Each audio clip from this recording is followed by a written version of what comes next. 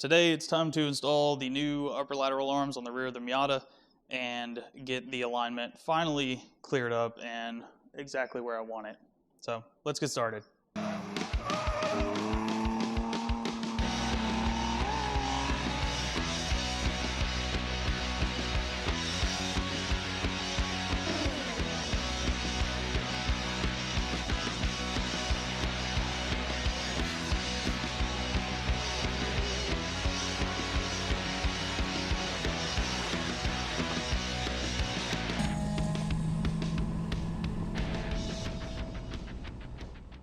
So here we are with the new Phase 2 Motortrend rear upper lateral arms. This is what I ordered for the Miata to get some of the camber pulled out. I actually have too much camber in the rear right now.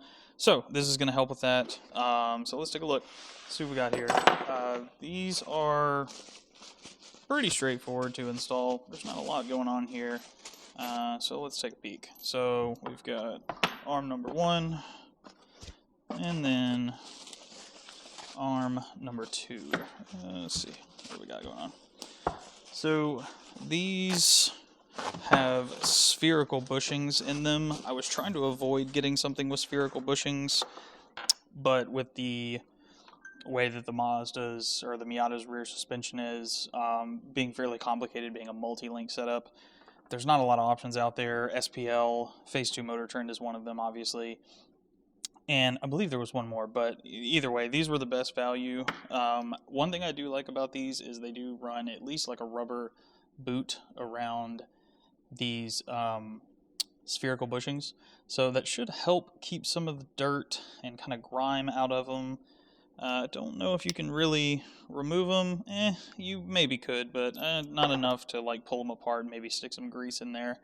So yeah, pretty straightforward. You know, you can adjust them in and out. There's spherical bushings on either end, and then this is just really going to help you. Like if you're lowered and you just have too much camber in the rear, and you're like me and you've got those eccentric bolts maxed out, this is going to be what you need to get that corrected. I actually emailed them because they sell every single arm for the rear for this car, and obviously I don't want to spend $1,000 putting new, all new arms, and it's just way more adjustment than I need. I don't need all that kind of adjustment in this car. So I emailed them and said, hey, I've maxed out my eccentric bolts. I need to take some more camber out of the car. Which arm do you want me to order, or should I order? And this is what they told me to get. So with that in mind, let's move over to the car, look at which arm we're replacing, and get that knocked out. We are here in the right rear of the NC here. So this is your upper lateral arm. You've got your upper trailing arm here on the right, lower lateral arm down here is the big long one that your sway bar connects to, and then on the front side you've got your lower trailing arm running towards the front of the car. So this is the one that we're going to replace. You can see here if you look close, maybe there you go. So this boot is kind of starting to give up, tear here pretty much any moment. So yeah, this needs to go. This is going to give us our camber adjustment that we want. So real quick, I'm just going to zap this out, knock it out, take the bolt in the back here, one here, hammer it out, and should be good to go ahead and install this new one. We'll set the new one the same length as this one for now. That way when I go get it aligned, it should be pretty close to where I left it, and then or where I started as far as the alignment goes, and it won't drive super crazy going down the road. So all right, let's get this out and get the new one in. First bolt on the list is going to be this 19mm right here. So just going to zap that off real quick. Easy peasy. The next one's going to be a little more difficult to get to. It's kind of a tight spot. So let's see, we're going to be, looks like maybe a 17 might be what we're looking at here. So let's try that. Ew. All right.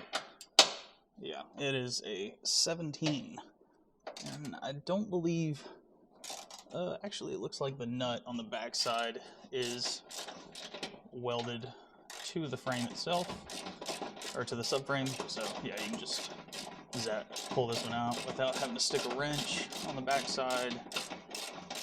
Bit of a tight spot.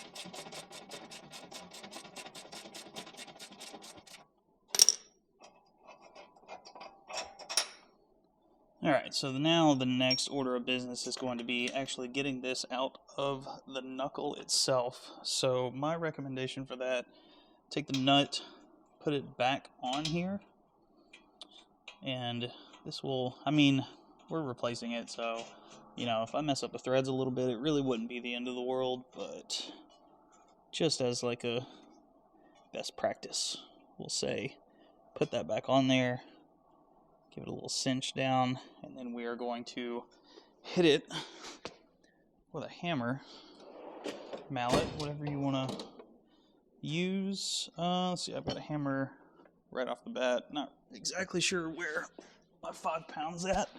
Let's see if we can get this off.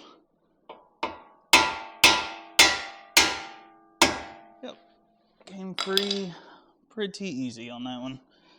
We'll take this back off. Alright, there you have it. Came out pretty simple.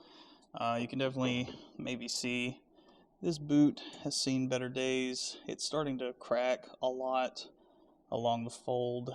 So yeah, this was probably not going to be hanging out with us too much longer before it started tearing and getting dirt and everything in it. So let's get this over to the bench and we'll measure this up and get the new one set as close to the same length as we can.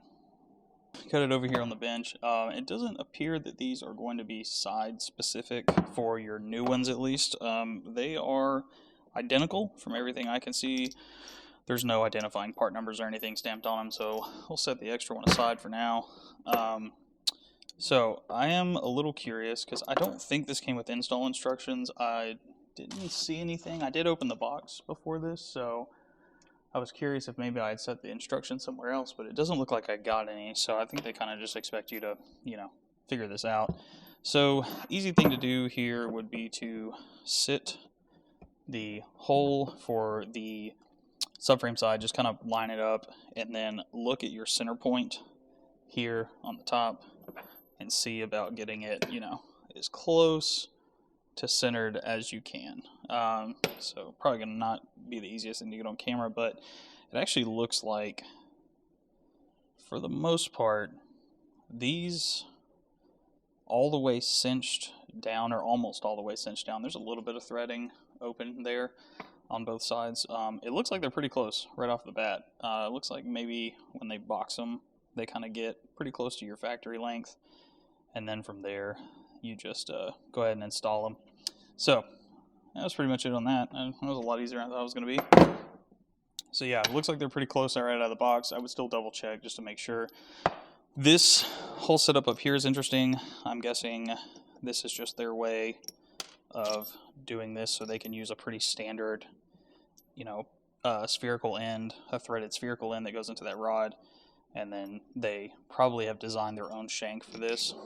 So you got a little bit of a tapered spacer that will seat down, and then you've got this nut here.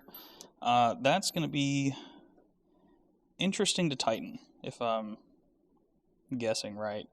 More than likely, it'll probably be a lot easier once it's in the car. So let's go ahead and get this mounted up and see how interesting that's going to be to tighten. I'm assuming once you put, you know, wrench on this end, wrench on that end, and you just start tightening them together, it should be pretty easy. So over to the car and get this installed. So we got the new arm. Let me get this zip tie off actually before I get too comfortable here. There we go. So we got the new arm. Grab this and slide it in. I'm assuming, yeah, these will just pop right out. So hence the zip tie. Just make sure you get those seated in there all the way. Ooh, looks like we've got, oh, okay. It looked like it was going to be a pretty snug fit. Thought I might need to kind of hammer that open a little bit more, but no faith in phase 2 over here. Silly me. So let's just get that loosely put in for now. Get it threaded. Well, maybe I can get the thread started. Yeah, there we go. Okay. So kind of got that loosely installed. Take this nut off and the washer. And just get this a little bit of a bend. There we go. And get that seated down in there.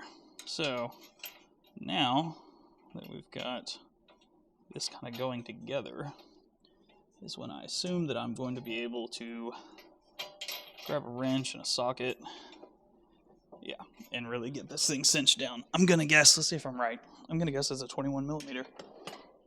Looks like a 21.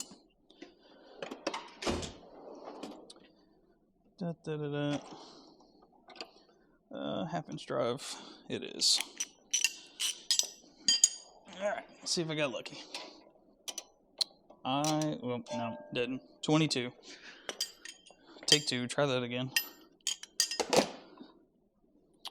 So let's go 22. And another 22. This would probably be a lot more interesting if the camera just wasn't sitting in my car or looking at the car. Yeah. Maybe I'll get fancy and put the GoPro on my head at some point. Yeah, there we go. 22. So let's give that a quick tightening down.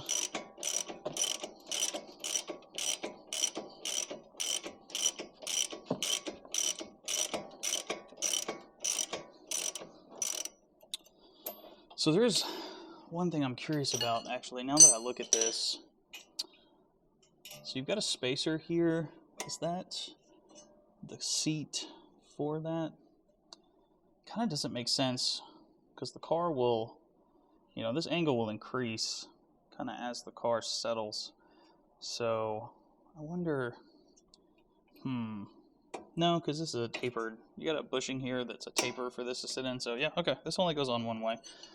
I'm not crazy. So let's keep snugging this down. Oop, that didn't work. At least not with that rubber. Huh. Alright, well, let's see, what are we doing wrong here? Is it just supposed to squeeze its way around, or am I doing something wrong? This is how this all came together. I didn't take these apart. I'm gonna look at the other one and verify that nothing. Yep, spacer. Okay. I'm wondering if, let's see, on this side there's like a little bit of a spacer to keep it from gouging out that rubber, but not on the other side. So I assume they probably just expect you to tighten it down, and this rubber should kind of expand over that tapered end on the top here. So let's just keep tightening it down. Yeah, it's working its way around that little taper. Can't say I love that. Guess I would have liked to have seen something like a little spacer on the top to keep that from happening. But looks like you don't get one. There's one on the bottom. Oh no, actually the bottom's kind of getting a little caught up too. So yeah, it looks like they just want you to tighten it, and then, you know, you can probably give it. Yeah, so there we go. So now we're pretty much snugged all the way down. I'll look at whatever the factory torque spec is to figure out just how tight we want to get this. Yeah, I don't know. This little rubber boot deal is kind of strange. Don't love it, but, you know, it's just a little rubber boot. It's not really, I've got some sealed spherical ends on the Lexus, and the boot design is much different than this. It's not just like a slip-on cover. It's a little bit more like in the spherical bushing itself. But it looks like this is just how they want you to put it together. So, one important thing I will say is, I need to do this with the weight on the car, but one thing you want to do when you install spherical bushings to keep them from binding is put the arm in the car.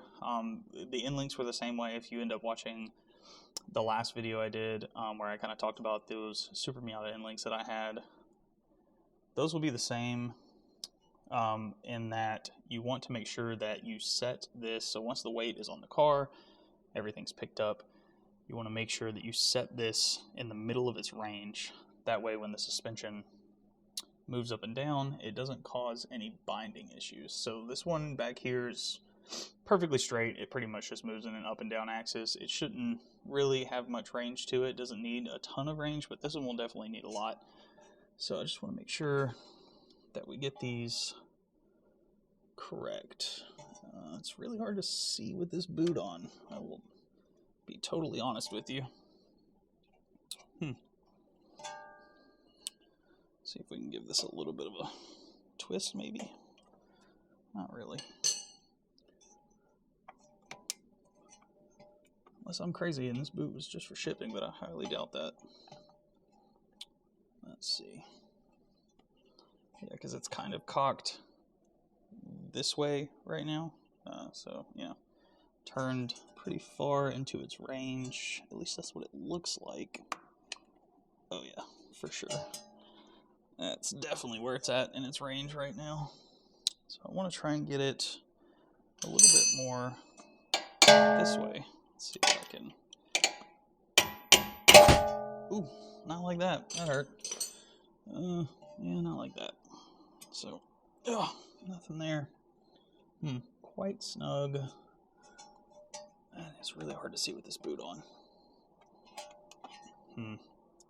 Alright, let me figure this out. We'll come back to it. Got it figured out. So, just a quick pair of channel locks to get in here and grab kind of towards the end. If you feel around in here, these spherical ends are kind of flat towards the threaded end of them. So you can just grab this, and then at that point I was able to kind of break it free and move it around. They're pretty stiff. They're meant to be stiff. You know, your spherical bushing shouldn't have a ton of easy play typically. So now you can see that this guy here looks pretty level as far as in relation to the shank itself. So that's what you want to see. See it nice and level. Looks good. Alright. So, with that done, should be able to torque this down, get these jam nuts, lock nuts, whatever you want to call them, get these tightened down on here. You'll obviously want to grab that center bar with another wrench when you do this. That way, you know, as you tighten this, you don't spin it. So, we're going to get this torqued down, get these tightened down, and then we can move to the other side finally.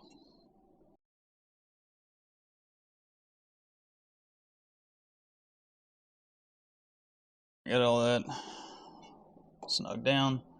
You can see that this one in the back here is kind of dead straight up and down in line with the arm. And then this one here, a little bit more difficult to see it on camera probably, but just, you know, here's your kind of center line, and you just want to make sure that your spherical bushing is, you know, perpendicular, crossing it nice and evenly. So all that looks good. So I'm going to go ahead and install the other side and get this over with.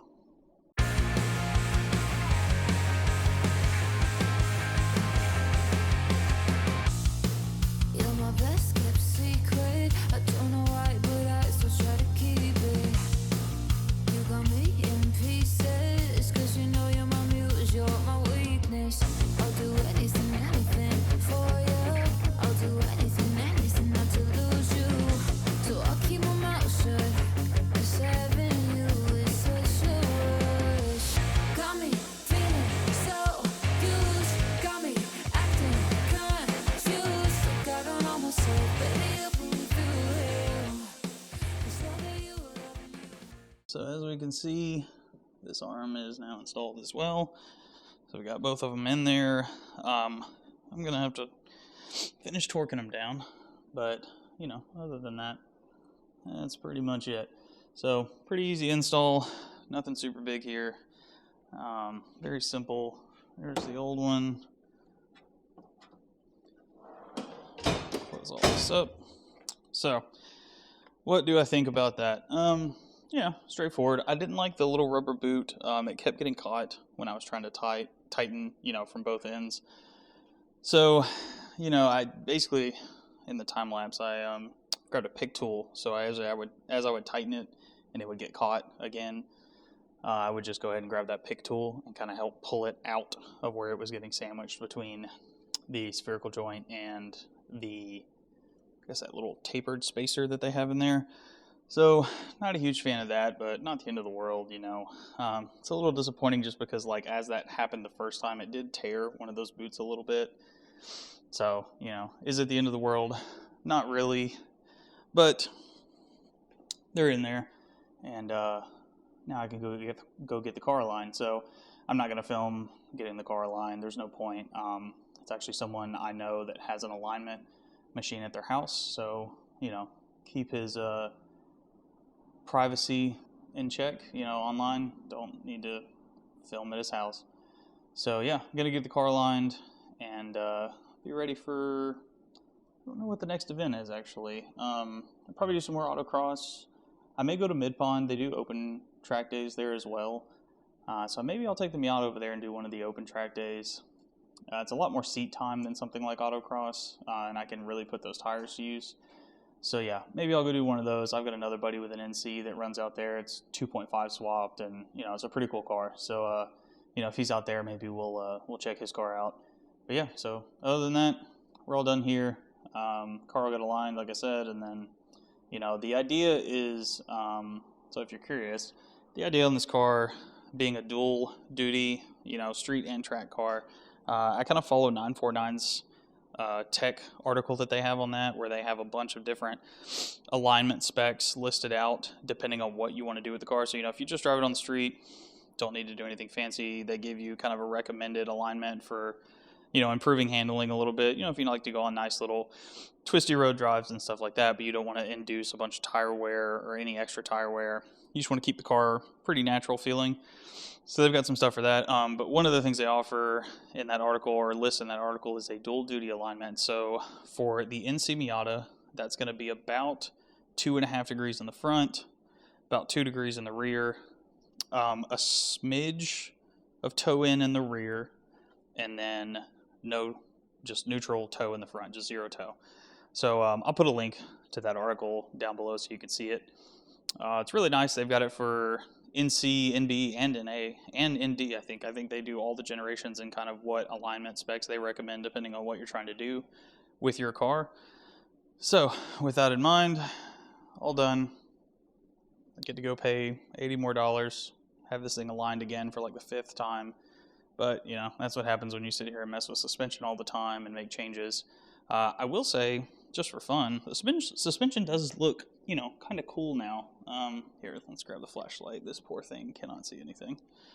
You know, we got the blue arms in there. Got the, it's real Auburn themed, you know, War Eagle. Got the little end links. I did in the last video, you saw the fronts for the end links and everything, but there are some in the rear as well. You know, the coilovers, of course. But yeah, hopefully this sorts me out. All done there. Like I said, got some more track stuff coming up, so I'll try and film that. Should be filming the Mid-Pond 8-hour race here next weekend. And that's it.